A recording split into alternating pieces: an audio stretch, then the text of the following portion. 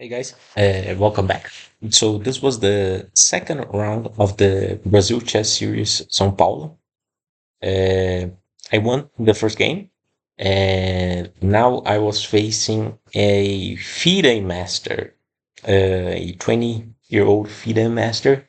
He's a pretty chill guy. I got to know him over the course of the tournament. He's friends with a friend of mine, which was also playing. And yeah, so this is obviously the highest rated opponent I've played, and there was no pressure for me to even win this game or draw, obviously, because he's outraging me by like some 500 points. But still, I was there like pretty much for the experience. But yeah. So I saw that he exclusively played one Nf3, and apparently he told me that afterwards that he also has force on this. And he said that, quote, I'm sure that someone already bought this at the very least once to prepare against me. Now, I knew that he had to win, so he would have to take some risks. So what I saw was playing knight f6. I thought he could either play g3 or c4 here. He ended up playing g3, and against g3, I decided that I was going to try to get into either a Benoni structure or a sometimes into a Slav structure, which is very solid, and it would be sort of like pretty hard for him to try to get an advantage.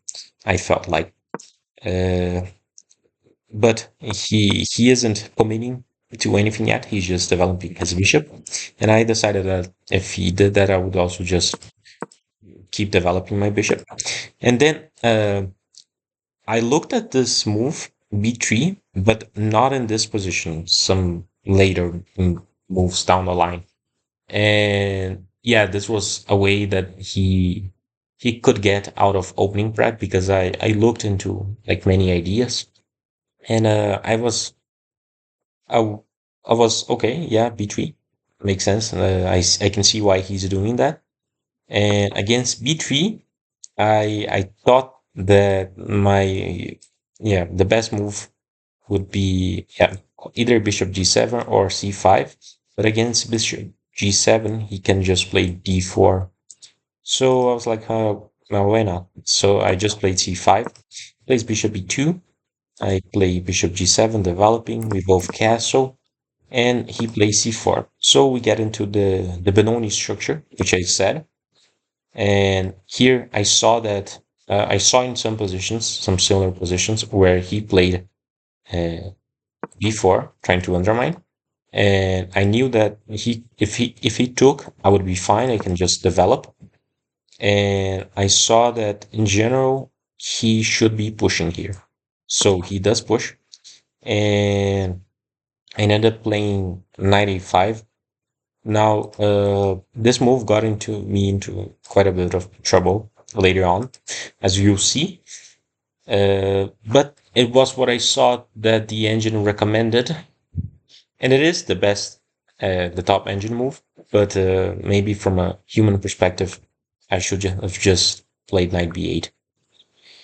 Uh, I don't know. So, well, regardless, I play knight a5, and he plays d3, because I was attacking the pawn.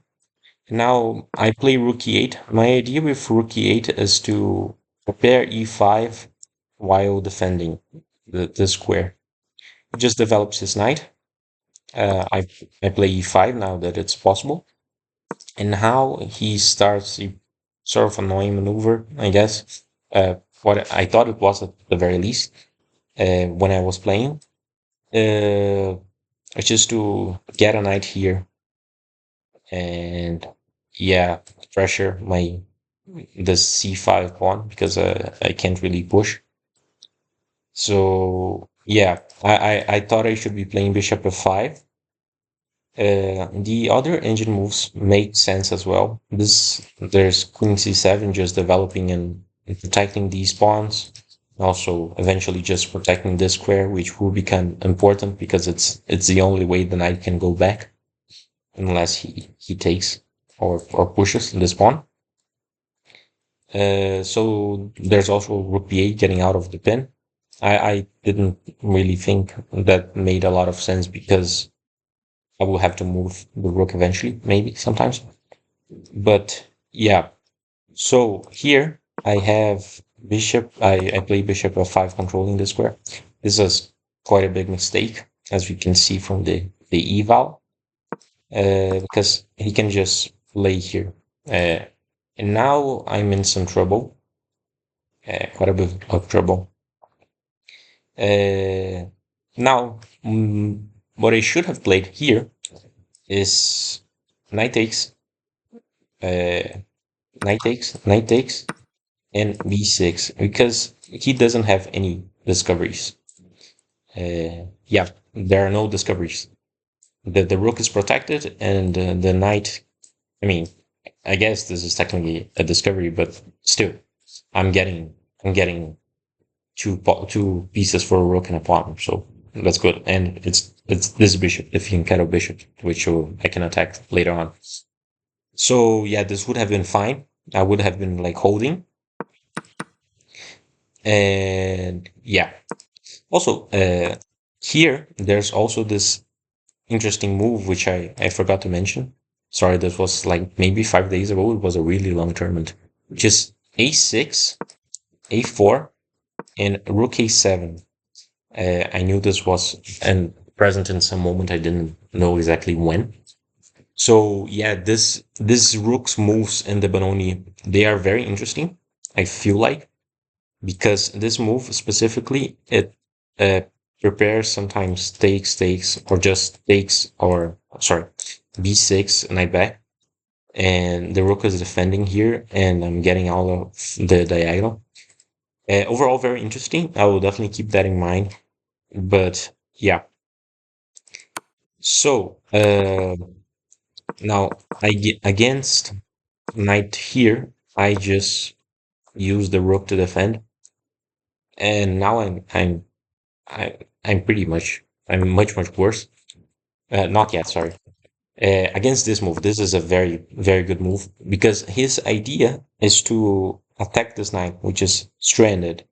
He's if I do nothing, he will like uh, let's say I play this move actually makes sense. I consider this move as well to prevent anything from coming here. And yeah, this move makes some sense as well.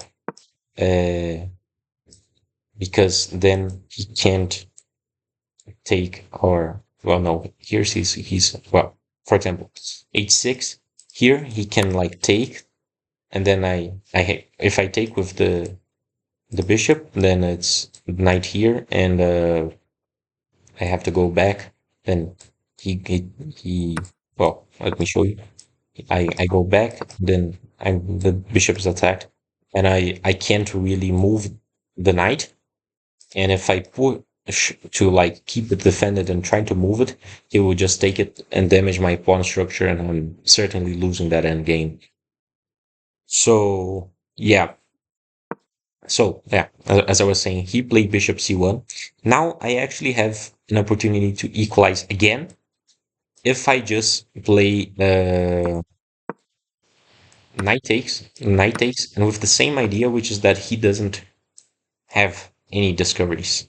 And now, let's say bishop d2, knight b7, and if he takes, I take with the knight, obviously, and every other discovery I can just, you know, uh, I'm either like we are either trading pieces or something like that. But I saw this and thought it was pretty annoying. Uh, yeah, let's say this check, but apparently I can. Yeah, if I take, it's not so bad. I thought this was worse for me, and it is, but it's better than what I did because at least I'm creating some counterplay, but his queen will infiltrate, and it's pretty it's tough. It's tough. But well, I played a6, and my idea with a6 was that I could eventually like open a file and defend with the rook. I thought he would play a4, and he did. And now I play this move to like play b6 and go back. But he he will just, yeah, I saw this. He could just like take, play knight here. Then I didn't quite. I was between these two moves, here and here. But here I am at the very least defending this square because I'm also getting forked on top of all of that. I'm also defending this pawn. So I ended up choosing to go here. But he attacked my my knight. I I slide my rook over because if I don't, he will just like pretty much trap my knight. Maybe not right now. Eventually, because right now I'm threatening a fork. But yeah, it's my position's pretty rough here. He plays rook b1, getting out of the forks and restricting my knight even more. I play 8 takes b, 8 takes b. Now b6, I'm trying to get out my knight out. And I here he really still doesn't have any useful discoveries with the knight just yet. But he plays f4 here, opening up my position, and then his bishops, and then I'm my rooks are vulnerable, and it's very bad. So I considered taking, and yeah, maybe that's yeah, it's better than what I did. I was between taking, uh, going here, here, and taking. This is bad because it relinquishes control of the square, and I also need to defend that in some variations. But yeah, he can't always take. I can sometimes sack the exchange, and there's some counterplay. But what I did was very bad because he can just play take stakes and then bishop f4, which I saw. And I was like, oh, okay, I will just slide my queen back. And against bishop knight here, which I also saw, I thought I could just play queen here, but then there's this skewer. And yeah, it's very bad. I really did not see that. I just blundered that completely. And he gets the bishop. Now I didn't resign because at the very least it's the Fianchetto bishop, maybe sometimes I mean I guess uh you never know. Uh and I played a couple more moves, but he's just going to convert that. And this move is obviously very dumb as well because he would just offer an exchange. My idea was to make it hard for him to push here, but he can just offer an exchange. And yeah, here I'm forced to play take stakes. And after against this, if he takes, then maybe I can like throw in an intermezzo or like play take stakes and knight here. But he didn't. I thought he would just protect, and he did. And I don't know. I really did not know anymore what to do, so I just started pushing the pawns. And yeah, now he's starting to take with the discovery, so I just got out of the way. There's not a lot more to do. I was just like playing for tricks, sort of. He can also take the pawn here because there are no discoveries. Here he takes the knight, and yeah, I thought the only move here that I had was to offer an exchange to. If he didn't accept it, which I was hoping he wouldn't, then maybe my knight is closer to his king. Now he obviously traded. Now here, this is a very good move. Just like protecting this diagonal and infiltrating here and here. And I'm pushing the pawn. I really don't have what to do. He throws in this check, which is very good. Now I have to go here because I can never trade queens. If I go here, he immediately just trades queens and I'm dead lost, obviously. So I play king here and he offers an exchange here. I He's also threatening to take here. So I have to throw in this check. Now he plays d4. I and again he's threatening here to play takes. Let's say I take this pawn. He play takes and gets my bishop. Uh, that loss. Uh, yeah. Sorry, my bad. But so what I played was queen here to at the very least attack the rook, and you never know. Uh, he just takes the free pawn, and now uh, yeah, I have to go here. If I go to the black rank, there's mate immediately. I think somehow. Yeah, there's mate. Let's say here, here, mate. Or I can sack my queen, but doesn't really matter. He just goes back to e4. Now I take the pawn. I mean, if we can trade, like, if I can somehow get these two pawns off, then maybe I can hold. Probably not, obviously not. But I don't know. Yeah, I just take the pawn, and now he can start pushing, and he's going to like use the weakness of my queen and always threaten a queen trade. So I obviously can't trade. So I check him. He offers an exchange again. Now if I take again, there's this, which is lost for me. So I keep in contact with the rook. Here I thought that rook b1 immediately was just winning.